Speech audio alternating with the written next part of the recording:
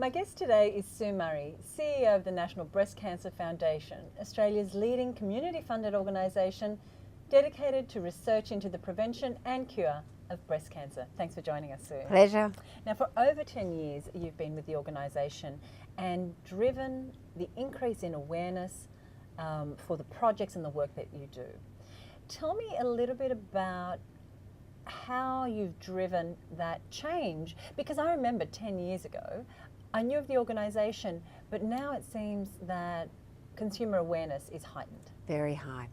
Look, I think ideas and for growth come from all different sorts of places, but I think the first thing is to listen to people and listen to people who give you ideas.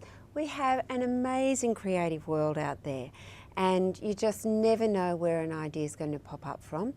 The other thing that I've found has helped me stimulate growth in our business is actually reading Harvard Business Review. It really, even though a lot of the articles are around businesses, it's the ideas and the principles that underpin those that I've found have triggered a whole host of ideas for me. For example, we started online sales of pink ribbon product. And that's been going very well, but I was wondering how I was going to grow that part of the business. And I read this article, and I have no idea where it came from, but I think if I remember, it was an article about probably fair trade coffee or something like that. And I thought, oh, the next growth for pink ribbon product is into a retail environment. I'll look for a partner who would want to license the pink ribbon product and sell it for us in a retail environment. And so we've actually got that in train now. So ideas come from all sorts of places. And I think that what's interesting about that is sometimes we look to our competitor for ideas, and yet it can be a business that's totally non-related, like a coffee company, that gives us that idea. That's right, and I think if you look to your competitors, that means you're going to be second to market. That's a great point. That's not something we've really wanted to be. We've looked to try and be first to market with new ideas, and the fundraising environment is a very competitive environment. And I often say, you know, procrastination's not an option. If you wait and watch, you're going to be second, third, fourth to market. And in our environment, you can't afford to be there. And you have had a great increase in market share and awareness. What have been the key vehicles?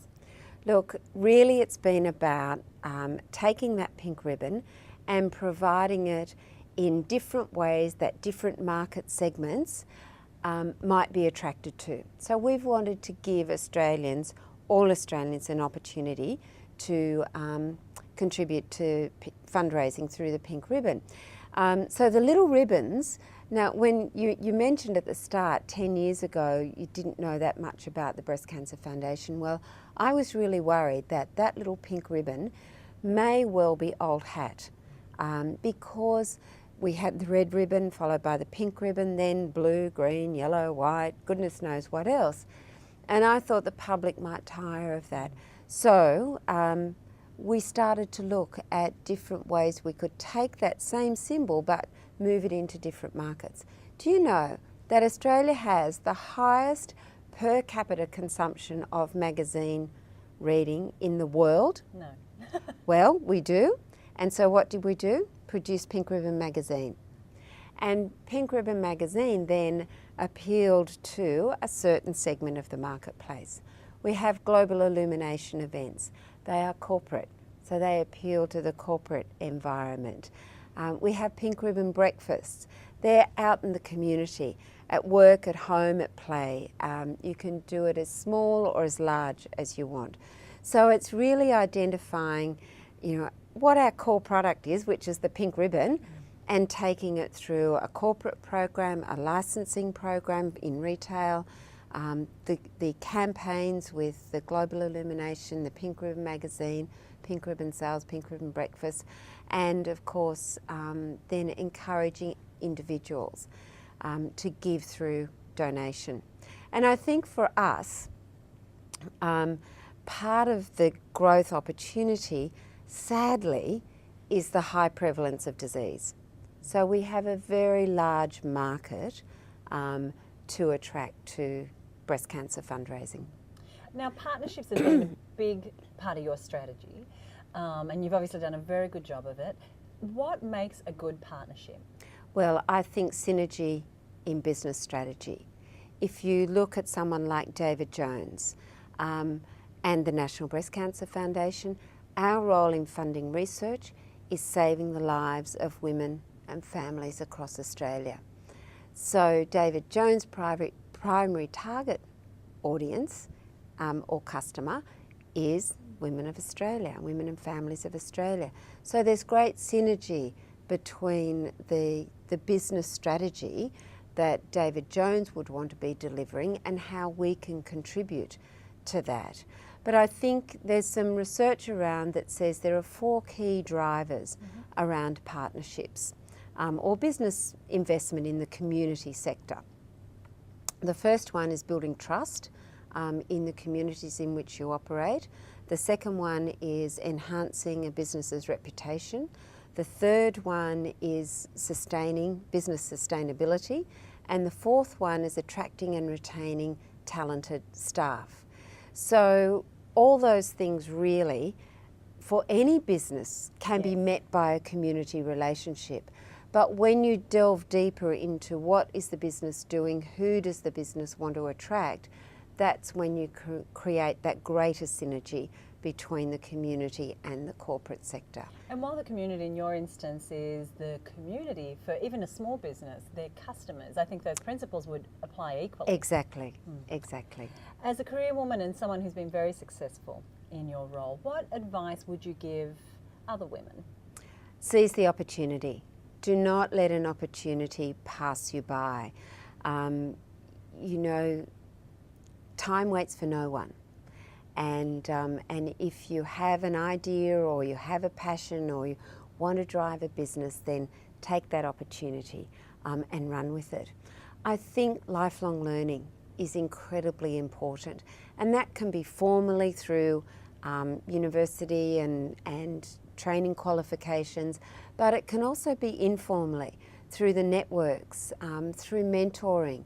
I think mentors are incredibly important in helping you step through the potential barriers that you might face for growing a business, and they have vast experience that you want to be able to draw on.